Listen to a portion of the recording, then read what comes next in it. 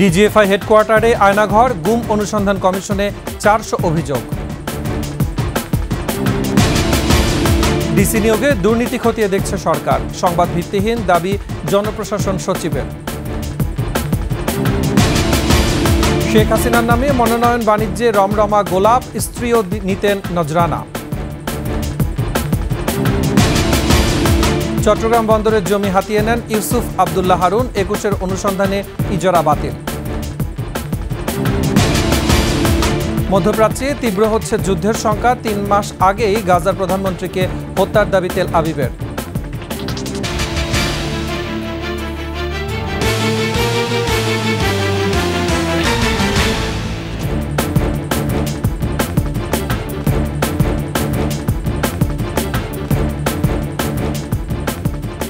শুনছিলেন first security ইসলামী bank PLC সংবাদ শিরোনাম। আমন্ত্রণ সন্ধ্যার 21 সংবাদের, সাথে আছি মুজাহিদুল ইসলাম। দর্শক, 21 টেলিভিশনের সংবাদ একসাথে সরাসরি দেখতে পাবেন আমাদের ফেসবুক পেজ www.facebook.com/2124 অনলাইনে। এছাড়া সাবস্ক্রাইব করতে পারেন www.youtube.com/21eTV চ্যানেলে। এছাড়াও সংবাদে আরও যা থাকছে। সাগররুনির হত্যার তদন্তের নামে 1 যুগ ধরে নাটক, দালাল সাংবাদিকদের নিষ্ক্রিয় ভূমিকা নিয়ে রয়ে গেছে প্রশ্ন।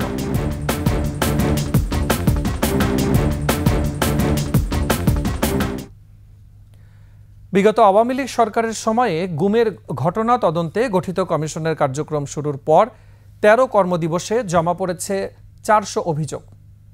ভুক্তভোগীদের দেওয়া অভিযোগ অনুযায়ী ডিজিএফআই কার্যালয়ে গিয়ে গোপন বন্দিশালার সন্ধান পেয়েছে কমিশন। সংবাদ সম্মেলনে জানানো হয়, আয়নাঘর নামে পরিচিত জয়েন্ট ইন্টারোগেশন সেলটি ডিজিএফআই সদর দপ্তরের ভেতরেই। দোতলা ওই ভবনে 22টি সেল আছে। বিস্তারিত জানাচ্ছেন দীপু শিকদার। ক্ষমতাচ্যুত শেখ হাসিনার আমলে রাষ্ট্রের পৃষ্ঠপোষকতায় অসংখ্য গুম সংগঠিত হয়। আয়নাঘর নামে বন্দিশালায় রেখে চলে অবর্ণনীয় নির্যাতন। আয়নাঘর কথা বলছেন ইন কমন পার্লেন্স, এটা বেসিক্যালি জয়েন্ট ইন্টারোগেশন সেল। গুম তদন্তে গঠিত কমিশন অফ ইনকোয়ারি আয়োজিত সংবাদ সম্মেলনে হাইকোর্টের অবসরপ্রাপ্ত বিচারপতি মইনুল ইসলাম চৌধুরী আরও জানান, প্রতিরক্ষা গোয়েন্দা মহাপরিদপ্তর ডিজিএফআই কার্যালয়ে এমন গোপন বন্দিশালার সন্ধান মিলেছে। ডিজিএফআই আয়নাঘর আমরা পরিদর্শন করেছি, ডিটেকটিভ ব্রাঞ্চ সিটিটিসির যে ইন্টারোগেশন সেলস পরিদর্শন করেছি। ভিকটিমস অফ এনফোর্সড ডিসঅ্যাপিয়ারেন্স কোনো পাই নাই আমরা। 5 অগাস্টের যে চেঞ্জ ওভার, তারপরে হয়তো কিছুদিন ছিল, এরপরে আমরা কি পাইনি। ডিজিএফআইয়ের যে হেডকোয়ার্টার্স তার কম্পাউন্ডে আছে, এটা 2 story building.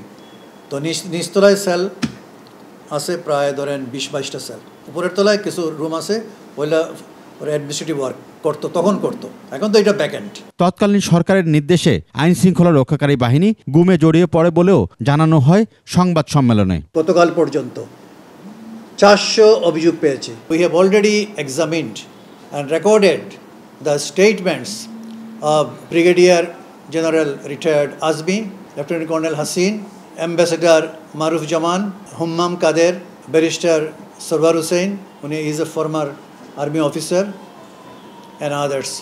Around 75 people have given their statements to this commission. 30 September পর্যন্ত অভিযোগ জমা দেওয়ার কথা থাকলেও 10 অক্টোবর পর্যন্ত সময়সীমা বৃদ্ধি করা হয়েছে। সাবসিকুয়েন্টলি আমরা আরেকটা বিজ্ঞপ্তি দিয়ে টাইমলাইনটা আমরা এক্সটেন্ড করে আপ টু 10 অক্টোবর 2024 করা হয়েছে। দীপু শিকদার, 21 টেলিভিশন, ঢাকা।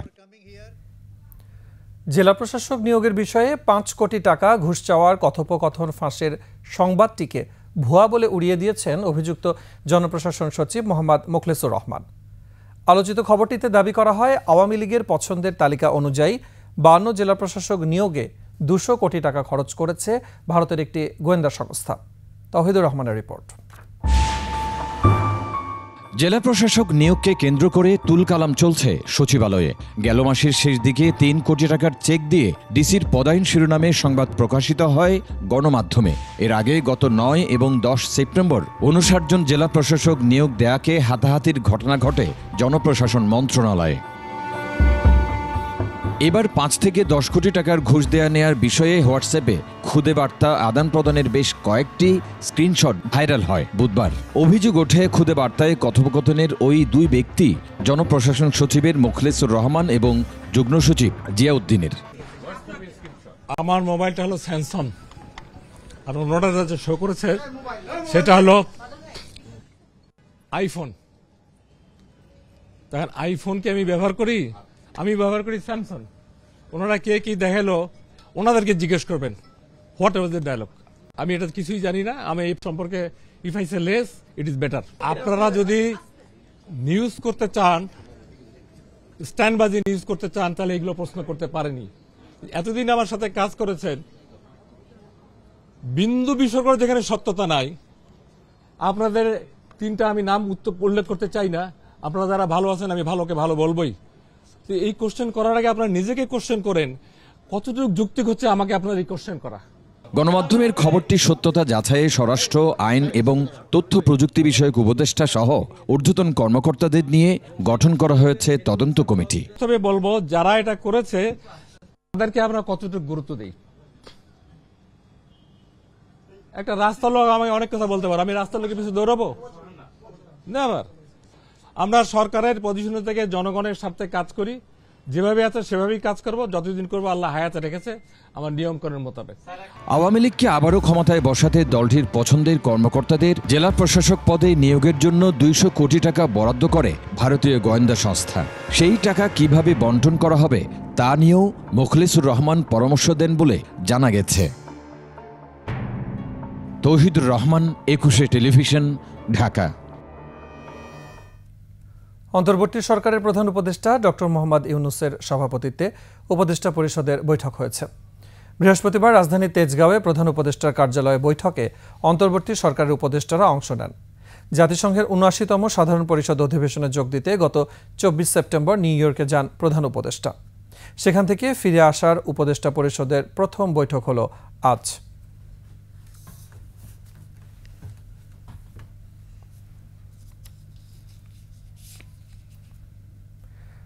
নির্বাচনকে সুকৌশলে নিয়ন্ত্রণ করতে প্রশাসনিক কারসাজি নিয়ন্ত্রকের দায়িত্বে আনা হয়েছিল সাবেক সচিব জাহাঙ্গীর আলমকে। পরবর্তীতে বৈষম্য বিরোধী আন্দোলনে হত্যাযজ্ঞের নির্দেশ বাস্তবায়ন সহ আওয়ামী সরকারের অনেক অপকর্মের অন্যতম হোতা এই জাহাঙ্গীর, এমন অভিযোগ বিশিষ্টজনদের। বিস্তারিত শিউলি শবনমের প্রতিবেদনে। সংবিধানের ভাষায় নির্বাচন কমিশন একটি স্বাধীন ও শক্তিশালী সংস্থা, কিন্তু বিগত 15 বছরে প্রতিষ্ঠানটির ওপর আওয়ামী সরকারের নগ্ন হস্তক্ষেপে তা পরিণত হয় ঠুটু জগন্নাথে। তৎকালীন সরকারের নির্বাচনী খেলার সব ধরনের ষড়যন্ত্র একটি নির্দিষ্ট সময় জুড়ে বাস্তবায়ন করেছেন সাবেক সচিব জাহাঙ্গীর আলম। 2022 সালের 27 অক্টোবর নির্বাচন কমিশনে যোগ দিয়ে নিজেই হয়ে ওঠেন সরকার ও ইসির মধ্যে শক্ত সেতু। সরকারি কর্মকর্তা এবং তার অনুগত কর্মকর্তাকে অন্যতম প্রধান জায়গায় মানে সচিবিক দায়িত্ব পালন করার মধ্য দিয়ে সে ম্যানিপুলেশনের কাজটা করেছে। সাবেক এই সচিবের বিরুদ্ধে অনিয়ম, দুর্নীতি সহ বিভিন্ন অভিযোগের বিষয়ে নিরপেক্ষ তদন্ত জরুরি বলে মনে করেন নির্বাচন ব্যবস্থা সংস্কার কমিশনের প্রধান। এটা সুষ্ঠু তদন্তের মাধ্যমে উনি যদি দোষী সাব্যস্ত হন তাহলে ওনার শাস্তি পাওয়া উচিত, আর দোষী সাব্যস্ত যদি না হন তিনি মুক্ত হবেন। ওনার বিরুদ্ধে অভিযোগ আছে, তাই অভিযোগগুলো তদন্ত হওয়া দরকার। স্বাধীন নির্বাচন কমিশনের জন্য দৃষ্টান্ত গড়ে তুলতে জাহাঙ্গীরের কঠোর শাস্তির দাবি উঠেছে রাজনৈতিক অঙ্গনে। সরকারি কোনো ক্রীড়ানক এইখানে এসে আর কখনো নির্বাচনে ম্যানিপুলেশন কাজ করবে না। প্রকৃত অভিযোগ সুনির্দিষ্ট করে গঠন করতে হবে। সেই সুনির্দিষ্ট অভিযোগ ছাড়া শুধু গ্রেপ্তার করলে এটা লোক দেখানো হবে। জাতীয় কিংবা স্থানীয় যে কোনো নির্বাচনে সরকারের নীল নকশা বাস্তবায়নে জাহাঙ্গীর আলম এতটাই পটু ছিলেন যে তার খেতাব হয়ে ওঠে ডামি নির্বাচনের কারিগর।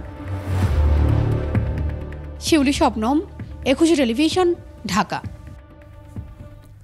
দীর্ঘ 1 যুগ ধরে লুটপাট করেছেন সাবেক সংসদ সদস্য আব্দুস সোবহান গোলাপ। ক্ষমতার অপব্যবহার করে সরকারি বরাদ্দ আত্মসাৎ, পৌরসভা ও ইউপি নির্বাচনে মনোনয়ন বাণিজ্য, টেন্ডার বাণিজ্য, জমি দখল ও সরকারি প্রতিষ্ঠানে চাকুরি দিয়ে কামিয়েছেন শত শত কোটি টাকা। কোণঠাসা করে রাখতেন নিজ দলের কর্মীদেরও। যে কোনো কাজের নজরানা নিতেন তার স্ত্রীও। মাদারীপুর প্রতিনিধি নজরুল ইসলাম পলাশের তথ্যচিত্রে গোলাপের দুর্নীতির বিস্তারিত থাকছে ডেস্ক রিপোর্টে। আব্দুস সোবহান গোলাপ আওয়ামী লীগের মনোনয়নে 2018 সালের বিতর্কিত নির্বাচনে হন মাদারীপুর 3 আসনের সংসদ সদস্য। দলের কেন্দ্রীয় কমিটিতে পান প্রচার ও প্রকাশনা সম্পাদকের পদ, ছিলেন দলের কেন্দ্রীয় দপ্তর সম্পাদকও। এরপর থেকেই অবৈধ পথে টাকা কামাতে আরও সক্রিয় হন গোলাপ। শেখ হাসিনার নাম ভাঙিয়ে দেশ জুড়ে বিছিয়েছিলেন মনোনয়ন বাণিজ্যের জাল। মনোনয়ন পাইয়ে দেওয়ার নামে নিতেন কোটি কোটি টাকা। সাহেবরামপুর ইউনিয়নের চেয়ারম্যান মাহবুবুর রহমান মুরাদ সর্দার গত ইউনিয়ন পরিষদ নির্বাচনে চেয়ারম্যান পদে মনোনয়ন পেতে গোলাপকে দেন অর্ধ কোটি টাকা। 1 লাখ টাকা সালামি দেয়া হয় তার স্ত্রী গুলশান আরা বেগমকে। তারপরও মেলেনি মনোনয়ন। উনি বললেন, তোর কিছু লাগবে না, তুই চলে যা। আমি কিছু না, আপনি তো কিছু নেওয়া ছাড়া আমাকে প্রতীক দিবেন না। উনি আমাকে বললেন, চেক নিয়ে আসতো? আমি না ভাই, চেক তো নিয়ে আসি নাই, তো কালকে চেক নিয়ে আসো। মনোনয়ন বাণিজ্যে আব্দুস সোবহান গোলাপ ছিলেন পাকা খেলোয়াড়। মনোনয়ন পাইয়ে দেওয়ার নামে একাধিক প্রার্থীর কাছ থেকে হাতিয়ে নেন লাখ লাখ টাকা। মনোনয়ন না পেয়ে টাকা ফেরত চাইলে দেওয়া হতো হত্যার হুমকি। আওয়ামী লীগ সভাপতি ও সাধারণ সম্পাদকের কাছে দায়ের করা হয় লিখিত অভিযোগও। এক ইউনিয়ন থেকে 3-4 জনের কাছ থেকে, লক্ষ্মীপুরে যেমন লক্ষ্মীপুরে ফজলুর কাছ থেকেও টাকা নিছে, আবার ওই এর কাছ থেকেও টাকা। শেখ পরিবারের ঘনিষ্ঠজন হওয়ায় গোলাপের বিরুদ্ধে দাঁড়ানোর সাহস পাননি কেউ। অত্র উপজেলায় তার 3 নং আসনের মধ্যে এমন কেউ বলতে পারবে না যে কোটি টাকা, 50 লাখ টাকা, 1-1.5 কোটি টাকা বাদে সে কারোকে নমিনেশন দিয়েছে। বিভিন্ন লেনদেনের মাধ্যমে এই মনোনয়ন বাণিজ্য হয়েছে। এইভাবে বিভিন্ন ইউনিয়নে উনি মনোনয়ন বাণিজ্য করেছেন। তার 2 ভাইয়ে প্রথম তার ভাই ইউনুস নমিনেশন দিছে এবং এককভাবে তাকে সিলেকশনে হয় নিছে। দলের কাউকে সেই সম্মান সে দেখায় না বা দেয় নাই। সরকারের পট পরিবর্তনে আত্মগোপনে থাকা গোলাপ গ্রেপ্তার হয়ে এখন আছেন কারাগারে। খুরশিদ আলম মুকুল, ডেস্ক রিপোর্ট, 21 টেলিভিশন। ইজারা নীতিমালার তোয়াক্কা না করে চট্টগ্রাম বন্দরের প্রায় 400 কোটি টাকারও বেশি দামের 8 একর জমি হাতিয়ে নিয়েছিলেন কুমিল্লার সাবেক এমপি আওয়ামী লীগ নেতা ইউসুফ আবদুল্লাহ হারুন। হাসিনা সরকার পতনের পরপরই গোপনে এই জমি হস্তান্তর করেন বন্দর কর্তৃপক্ষের সাবেক চেয়ারম্যান এম সোহায়েল, কিন্তু শেষ রক্ষা হয়নি।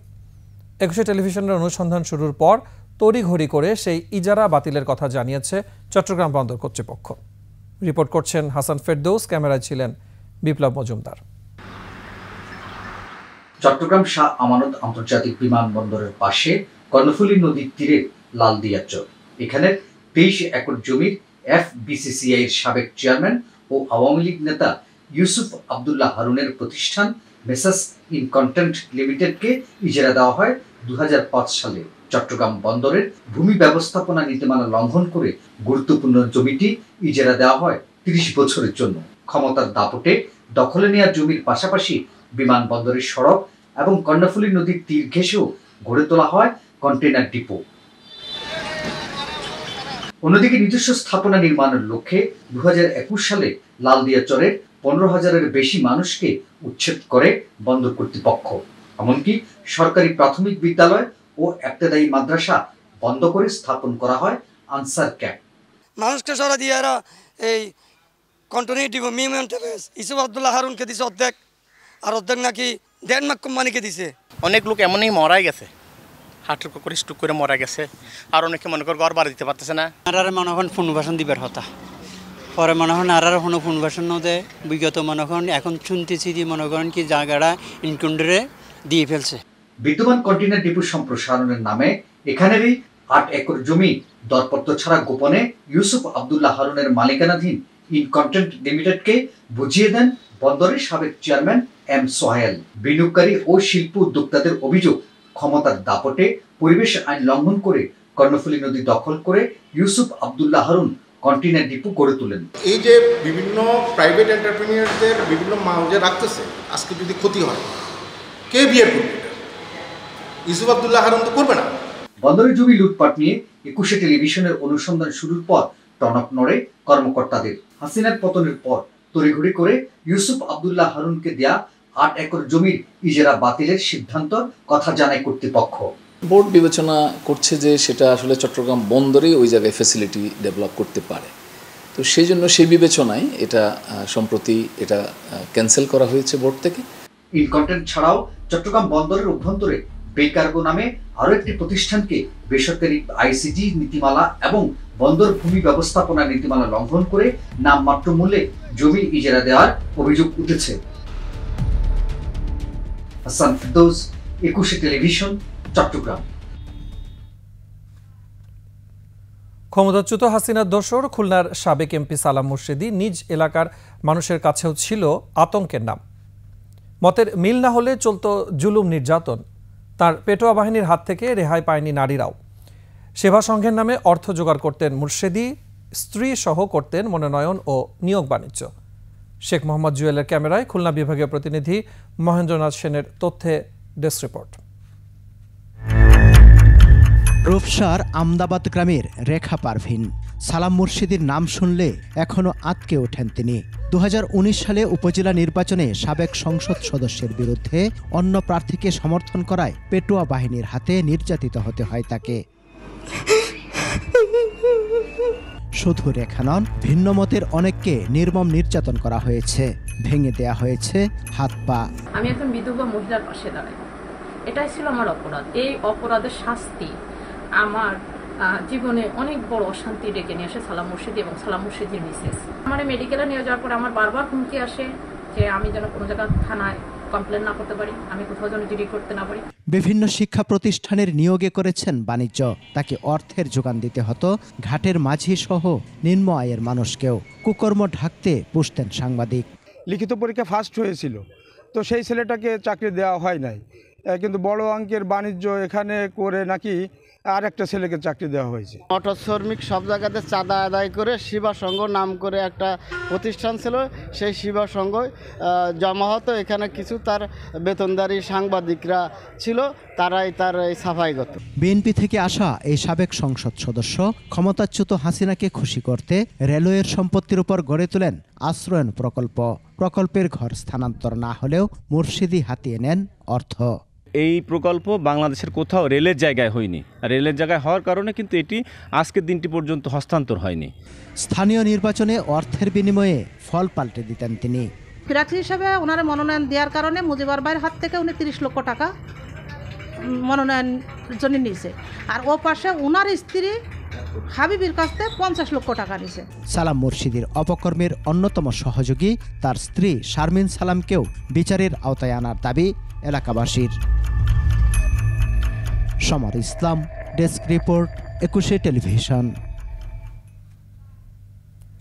সাংবাদিক দম্পতি সাগর রুনি হত্যার তদন্তের নামে 1 যুগ ধরে চলা নাটকের উল্লেখযোগ্য পর্ব ছিল ডিএনএ টেস্ট। দীর্ঘ এই তদন্ত যাত্রায় সময় ক্ষেপণের পাশাপাশি করা হয় সরকারি অর্থের অপচয়। এছাড়া বিচার চেয়ে আন্দোলনে নেতৃত্ব দেয়া দালাল সাংবাদিক নেতাদের নিষ্ক্রিয় হয়ে যাওয়া নিয়েও আছে প্রশ্ন। অন্তর্বর্তী সরকারের উদ্যোগে তদন্ত থেকে র্যাব বাদ পড়ার পর নতুন করে আশার আলো দেখছেন সাগর রুনির স্বজন ও দেশবাসী। মানিক শিকদারের রিপোর্ট। 2012 সালের 11 ফেব্রুয়ারি নির্মম হত্যাকাণ্ডের শিকার হন সাংবাদিক দম্পতি সাগর রুনি। তাদের একমাত্র সন্তান মেঘ তখন অবুঝ শিশু। 1 যুগ পার হলেও এখনো মেঘ জানতেই পারেনি তার বাবা মার খুনি কারা। মনে আছে এখন সব ঘুরতে দেখি যে আমার মুখের উপর হচ্ছে একটা চাদর ছিল, একটা উপরে চাদরের পাশে একটু 2 সাইডে ফাঁকা ছিল। পরে আমি 4 সাইডের দিকে তাকাই দেখি কি জানি ব্যাগ ফেলেছে, একটু চোখ খুলছে, পরে দেখি যে ব্যাগ ফেলেছে। পরে সবাই দেখি যে 2টা লোক সামনে অ্যাড্রেস মনে আছে, এটা বলছে যে শুয়ে পড়ে, তারা গুলি করে মেরে ফেলছে। দীর্ঘ এই সময়ে সাগর রুনির হত্যার বিচার চাইতে চাইতে ক্লান্ত স্বজনরাও। আমাদের আসলে একটাই কথা ছিল সবসময় যে হয় এটার সাথে সরকারের উচ্চ পর্যায়ে কেউ জড়িত, আর সেটা যদি না হয় তাহলে তদন্তকারী যেসব সংস্থা আছে তাদের অদক্ষতা। আমি তো বিচার চাইবো, আমি মৃত্যুর আগ পর্যন্ত বিচার চাইবো। আমি এ পর্যন্ত আমার ছেলের কবরস্থানে যাইনি। প্রথমে শেরেবাংলা নগর থানা, এরপর মহানগর গোয়েন্দা পুলিশ থেকে হাত বদল হয়ে ওই বছরের 19 এপ্রিল তদন্তের দায়িত্ব পায় র্যাব। 111 বার সময় নিয়েও আদালতে তদন্ত প্রতিবেদন জমা দিতে ব্যর্থ হয়েছে র্যাব। অগ্রগতি বলতে আসলে ভাই অগ্রগতি আছে তাও না, নাই তাও না, মানে আসলে আন্ডার ইনভেস্টিগেশন। অথচ 2012 সালের 26 অক্টোবর আজিমপুর কবরস্থান থেকে উত্তোলন করা হয়েছিল তাদের লাশ। পুনরায় ময়নাতদন্ত ও ভিসেরা পরীক্ষা করা হয়। হত্যা রহস্যের জট খুলতে ডিএনএ টেস্টের উদ্যোগ নেয় র্যাব। বিপুল পরিমাণ ডলার খরচ করে যুক্তরাষ্ট্রের ল্যাবে পাঠানো হয় তার নমুনা। আর এই প্রক্রিয়ায় নেতৃত্ব দেন সেই সময়ের লিগ্যাল ও মিডিয়া উইংয়ের পরিচালক এম সোহায়েল। যে সমস্ত টেস্ট করা হচ্ছে মার্কিন যুক্তরাষ্ট্রে সেগুলো চলছে। যদিও স্বল্প ব্যয়ে সফলভাবে ডিএনএ টেস্ট বাংলাদেশে করা সম্ভব ছিল বলে জানান বিশেষজ্ঞরা। যারা এটা ইনভেস্টিগেশনের সাথে জড়িত তারা কেন পাঠিয়েছিলেন সেটা আমি জানি না, তবে হ্যাঁ আমি নিজে বলতে পারি যে ওই সময় আমাদের সেই সক্ষমতা ছিল। আলোচিত এই হত্যাকাণ্ডে গর্জে উঠেছিল সাংবাদিক সমাজ। জাতীয় প্রেস ক্লাব, বিএফইউজে, ডিইউজে, ডিআরইউ সহ বিভিন্ন সাংবাদিক সংগঠনের নেতৃত্বে সাগর রুনি হত্যার বিচারের দাবি জানানো হয়। সমাজের ঐক্যবদ্ধ আন্দোলনের বিরুদ্ধে তিনি অবস্থান গ্রহণ করেছেন। সাগর রুনিকে কারা হত্যা করেছে, হত্যাকারীকে তিনি জানেন। রহস্যজনক কারণে তুঙ্গে থাকা আন্দোলন ঝিমিয়ে পড়ে এক সময়। ব্যক্তিগত স্বার্থের কারণে সাগর রুনির রক্তের সাথে বেইমানি করা হয়েছে এমনটাই মনে করছেন সাংবাদিকরা। সরকারের প্রতি এত অনুগত হয়ে গিয়েছিল যে তারা সরকারকে টিকিয়ে রাখাই যেন তাদের সাংবাদিকতার মূল কাজ। আসলে তা না। আপনি ফলো করুন প্রধানমন্ত্রীর প্রেস কনফারেন্সটি কেমন হতো। সারা দেশে সাংবাদিকদের মান ক্ষুণ্ণ করেছে। নেতাদের মধ্যেও কেউ কেউ সে সময়ে সরকারি সুবিধা নেওয়ার জন্য পাওয়ার জন্য সে সময়ে তারা যখন সরকারে সরাসরি যোগদান করলো তখন আন্দোলনটি স্তীমিত হয়ে গেল। গণ অভ্যুত্থানে আওয়ামী লীগ সরকার পতনের পর তদন্ত থেকে র্যাব বাদ পড়ায় এবার সাগর রুনি হত্যা মামলার অগ্রগতি নিয়ে নতুন করে আশায় বুক বেঁধেছেন পরিবারের সদস্যরা। গত 12 বছর প্রতি বছরই বিচার চেয়ে গেছি, সবসময় বিচার চেয়ে গেছি। মানিক শিকদার, 21 টেলিভিশন, ঢাকা। কথা ছিল সবসময় যে এই নিয়ে বিস্তারিত জানতে চোখ রাখুন আজ রাত 9:30 21-এর চোখ অনুষ্ঠানে। একটু বৃষ্টিতেই নাকাল নগরবাসী, তার উপরে টানা বৃষ্টি হলে তো কথাই নেই, জলমগ্ন হয়ে পড়ে নগর জীবন। এভাবেই চলছে বছরের পর বছর। অনেকটা সয়ে যাওয়ার মতো। যানজট জলজটের নগরীতে কবে মিলবে পরিত্রাণ জানা নেই কারো। আগামী 2 দিন আরও বৃষ্টির আভাস দিচ্ছে আবহাওয়া অফিস। বাকিটুকু জানাচ্ছেন মাহিলা ইসলাম। 1 ঘন্টা বৃষ্টি হইলেই কোমর সমান পানি হয়। আর আমাদের তো অনেক ধরনের প্রবলেম। রাত 2টা বাজে এসে আমরা দোকান চেক করতে হয়, দোকান কি আছে না পড়ে গেছে, আছে না পইরা গেছে এরকম আশঙ্কা অনেক দোকানেরই। এসব হয়তো দেখেও দেখে না কর্তৃপক্ষ। সিটি কর্পোরেশনে তো আইসে কি করে 2 সাইডে চটিমটি দিয়ে একটা ওয়াশ টস করে দেয় 1 দিন 2 দিন, এরপরে আবার শেষ। ওই যে না, মেন সংস্কার হলে ড্রেন 5 বড় করতে হবে, মার্কেট উঁচা করতে হবে। এটা কোনো জলভূমি নয়, রাজধানীর নিউ মার্কেট এলাকা।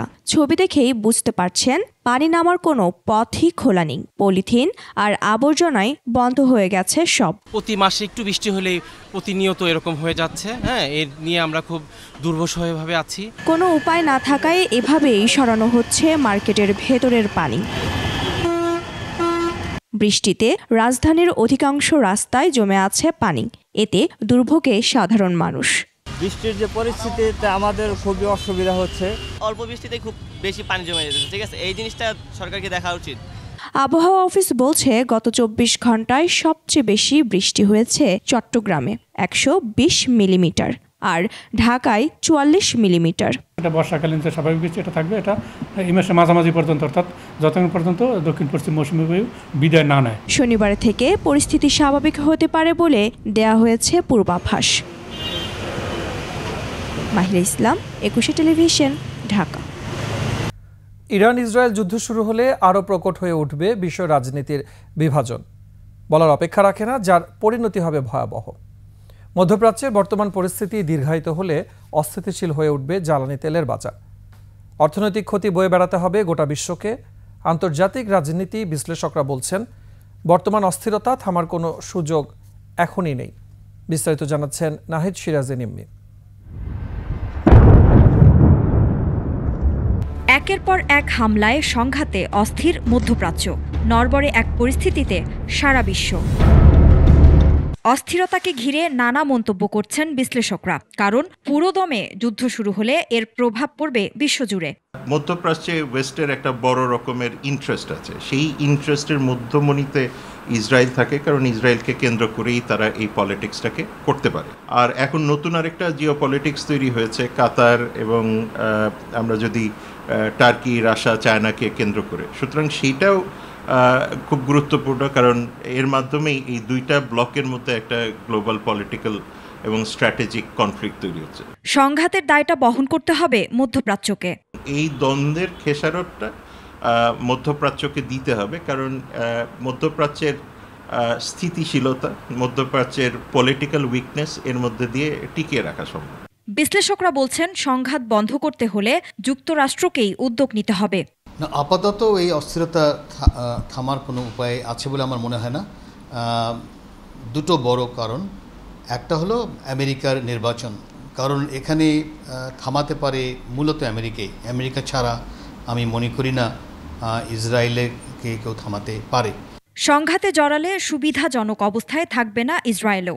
ইসরায়েলে যদি বড় আকারে মাইগ্রেশন যদি না হয়, মানুষ যদি না আসে, তাহলে তো তার যে রিসোর্স আছে, তার যে জনসংখ্যা আছে, এটা তো কমতে থাকবে স্বাভাবিকভাবে।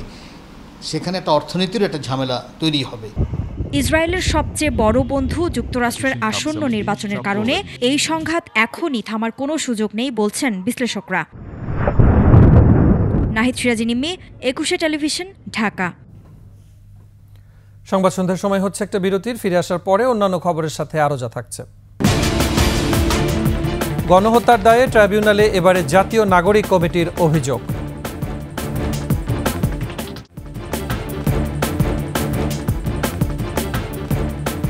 বিরতির পর আবারও আমন্ত্রণ সন্ধ্যার 21 সংবাদ। বাংলাদেশের অন্তর্বর্তী সরকারের সংস্কার কর্মসূচিতে নরওয়েকে সহায়তা করার আহ্বান জানিয়েছেন রাষ্ট্রপতি মোহাম্মদ শাহাবুদ্দিন। বঙ্গভবনে বাংলাদেশে নবনিযুক্ত নরওয়ে ও ইউরোপীয় ইউনিয়নের রাষ্ট্রদূত পরিচয়পত্র পেশ করতে গেলে প্রেসিডেন্ট গার্ড রেজিমেন্টের চৌকস দল তাদের গার্ড অব অনার দেয়। প্রথমে নরওয়ের নবনিযুক্ত রাষ্ট্রদূত অ্যারোল্ড গুলব্র্যান্ডসেন রাষ্ট্রপতির কাছে পরিচয়পত্র পেশ করেন। এরপর পরিচয়পত্র পেশ করেন ইউরোপিয়ান ইউনিয়নের নতুন রাষ্ট্রদূত মাইকেল মিলার। রোহিঙ্গা সমস্যার সমাধানে ইইউ সহ আন্তর্জাতিক সম্প্রদায়কে এগিয়ে আসার আহ্বান জানান রাষ্ট্রপতি মোহাম্মদ শাহাবুদ্দিন।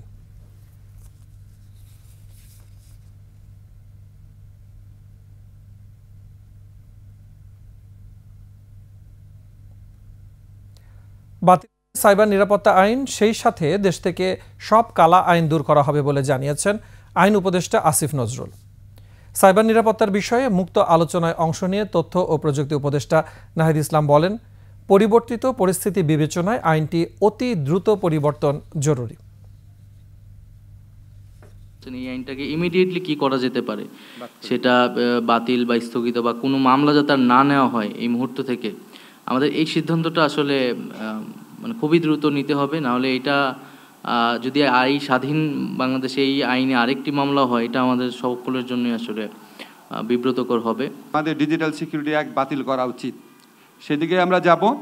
ঠিক এই মুহূর্তে পুরাটা বাতিল করব নাকি স্পিচ অফেন্স সব বাতিল করে দিব, সেটার ব্যাপারে আমি একটু, সাইমুম আছে, তারপর আমাদের মাহফুজুল হক সুপন আছে, তারা বিষয় বিশেষজ্ঞ, এবং সেখানে অবশ্যই আমরা নারী এবং শিশুদের ওনাদের স্পর্শকাতরতা বিবেচনা করে সমাজে, আমাদের মতো সমাজে ওনাদের জন্য স্পেশাল সিকিউরিটি রাখার ব্যবস্থা করব। পর্যায়ক্রমে সকল ধরনের কালা কানুন থেকে বাংলাদেশকে মুক্ত করব।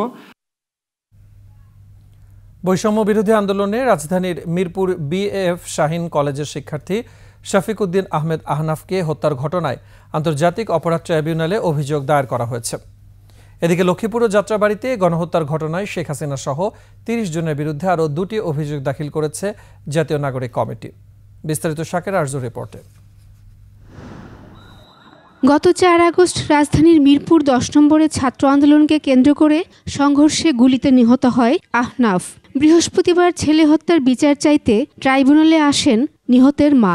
আমার বাচ্চা যেন সুষ্ঠু বিচার পায়, এবং কে বা কারা ওখানে গুলি করেছে সেটা আমরা জানি না, যেহেতু আমরা কোনো আসামিকে ওইভাবে করিনি। কিন্তু আমাদের সাবেক প্রধানমন্ত্রীর অনুমতিতেই তো এই কাজগুলো হয়েছে।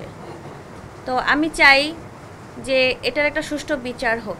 চিফ প্রসিকিউটর বলেন, অভিযোগে সুনির্দিষ্টভাবে কারো নাম বলেননি। যারা অপরাধের সাথে যুক্ত তদন্ত করে কেবল তাদের বিরুদ্ধেই ব্যবস্থা নেওয়া হয়। আন্দোলনে আহত, নিহত ও ক্ষতিগ্রস্তদের ব্যাপারে বিএফ শাহীন কলেজের ছাত্রছাত্রীদের কাছে তথ্য চান তিনি। তোমরা তোমাদের সহপাঠী সহকর্মী যারা এই আন্দোলনে শহীদ হয়েছে, আহত হয়েছে বা নানানভাবে ক্ষতিগ্রস্ত হয়েছে, তাদের এই তথ্যগুলো আমাদের ট্রাইব্যুনালের কাছে নির্ভয়ে এসে তোমরা জানিয়ে যাও। এদিকে জুলাই আগস্টের গণহত্যার বিচার পুরাতন হাইকোর্ট ভবনে হবে বলে জানান চিফ প্রসিকিউটর।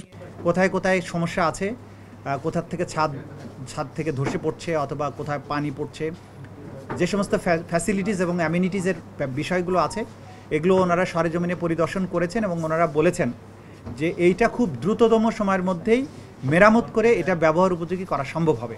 ব্যবহার উপযোগী করতে গেলে আমরা আমাদের স্ট্রাকচারাল টিমমেট যারা আছে তাদেরকে সহ এসেছি, আমরা স্থপতি যারা চিফ আর্কিটেক্ট উনিও আছেন আমাদের সঙ্গে। এখন এখানে যা যা করণীয় সবই আমরা করব। লক্ষ্মীপুর ও যাত্রাবাড়িতে গণহত্যার ঘটনায় শেখ হাসিনা সহ ৩০ জনের বিরুদ্ধে ২টি অভিযোগ দাখিল করা হয়েছে ট্রাইব্যুনালে। আমার সন্তান মারা গেছে, কে মরছে কই পুলিশে, কোন জায়গায়? যাত্রাবাড়ি পকেট গেট কুতুবখালি যে কাজলা পেট্রোল পাম্পের এখানে। আঙ্কেল আপনি আসেন, আমি কই যাবো? কই সন্টেক ইউনিক হাসপাতালে। আমার ছেলের তো কোনো অপরাধ ছিল না, আমার ছেলে ছাত্র মিছিলে গেছে, আমার ছেলের কি এটা অপরাধ? এই অপরাধে আমার ছেলে গুলি খেতে পারে, মরতে পারে। আন্তর্জাতিক অপরাধ ট্রাইব্যুনাল ও তদন্ত সংস্থায় এ পর্যন্ত ৫৩টি অভিযোগ দায়ের করা হয়েছে। আইনি প্রক্রিয়ায় সহযোগিতা অব্যাহত রাখব। শাকেরা আরজু, ২১ টেলিভিশন, ঢাকা। অপহরণ ও হত্যা চেষ্টা মামলায় কারাগারে থাকা দৈনিক আমার দেশ পত্রিকার ভারপ্রাপ্ত সম্পাদক মাহমুদুর রহমান জামিনে মুক্তি পেয়েছেন। বিকেল ৩:৩০টার দিকে গাজীপুরের কাশিমপুর কেন্দ্রীয় কারাগার ২ থেকে জামিনে মুক্তি পান মাহমুদুর রহমান। এর আগে সকালে ঢাকা মহানগর দায়রা জজ আর শামস জগলুল হোসেনের আদালত তার জামিন মঞ্জুর করেন। মাহমুদুর রহমানের আইনজীবী জানান, মিথ্যা মামলায় দেয়া সাজার বিরুদ্ধে আপিল করা হলে আদালত জামিন আবেদন মঞ্জুর করেন। অপহরণ এবং হত্যা চেষ্টার মামলায় গত বছরের ১৭ আগস্ট আদালত আমার দেশ পত্রিকার সাবেক ভারপ্রাপ্ত সম্পাদক মাহমুদুর রহমান ও সাংবাদিক শফিক রেহমান সহ ৫ জনকে ৭ বছর করে কারাদণ্ড দিয়েছিলেন। বৈষম্য বিরোধী ছাত্র আন্দোলনে পুলিশের গুলিতে বেগম রোকেয়া বিশ্ববিদ্যালয়ের ইংরেজি বিভাগের শিক্ষার্থী আবু সাইদ হত্যা মামলায় রংপুর রেঞ্জের সেই সময়ের ডিআইজি আব্দুল বাতেন সহ ১৪ জনের বিদেশ গমনে নিষেধাজ্ঞা দিয়েছেন আদালত। মামলা তদন্তকারী কর্মকর্তা Rangpur PBI police super ABM Zakir হোসেনের আবেদন শুনানি শেষে এই আদেশ দেন রংপুর মহানগর আমলি আদালতের বিচারক আসাদুজ্জামান। বাদীপক্ষের আইনজীবী জানান, বিদেশ গমনে নিষেধাজ্ঞা পাওয়া আসামিরা এখনও গ্রেফতার হননি। আবু সাইদ হত্যার ঘটনায় তার বড় ভাই রমজান আলী গত ১৮ আগস্ট আদালতে ১৭ জনের নাম উল্লেখ করে হত্যা মামলা করেন। অজ্ঞাত ১৩০ থেকে ১৩৫ জনকে আসামি করা হয়েছে মামলায়।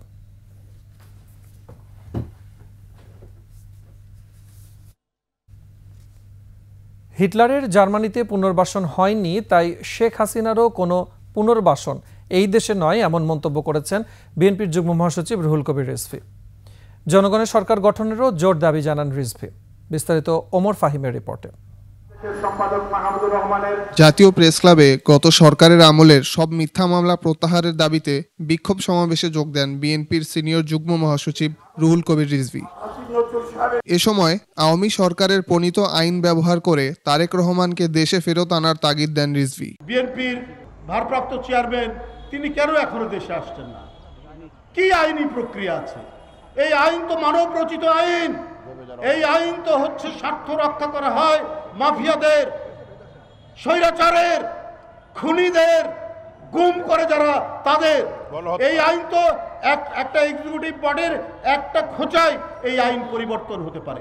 শেখ হাসিনার দেশে এসে পুনরায় রাজনীতি করার বিষয়েও কথা বলেন বিএনপির এই সিনিয়র নেতা। হিটলার আবার পুনর্বাসিত হয়নি জার্মানি, সুতরাং কোনোভাবেই মাফিয়া নাৎসি ফ্যাসিস্টদের পুনর্বাসন বাংলাদেশে হবে না।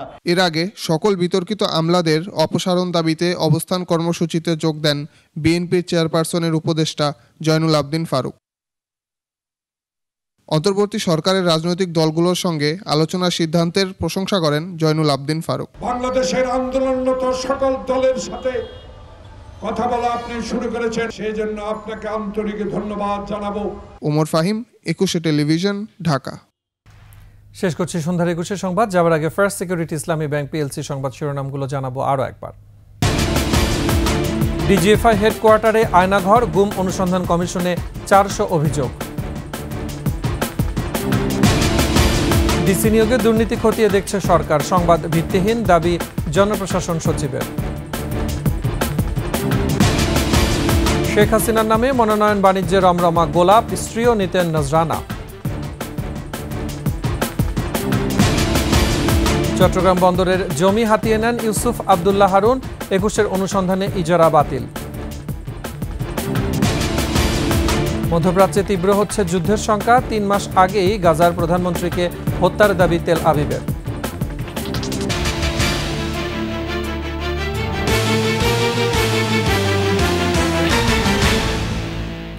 সর্বশেষ সংবাদ জানতে ডায়াল করুন 2021 নম্বরে, আর ভিজিট করুন 21-tv.com ওয়েবসাইটে। ফেসবুকে ভিজিট করতে পারেন www.facebook.com/2124 অনলাইনে। এছাড়া সাবস্ক্রাইব করতে পারেন www.youtube.com/21etv চ্যানেলে। এতক্ষণ সাথে থাকার জন্য ধন্যবাদ। পরবর্তী সংবাদ রাত 9টায় দেখার আমন্ত্রণ রইল। 21-এর সাথে থাকুন।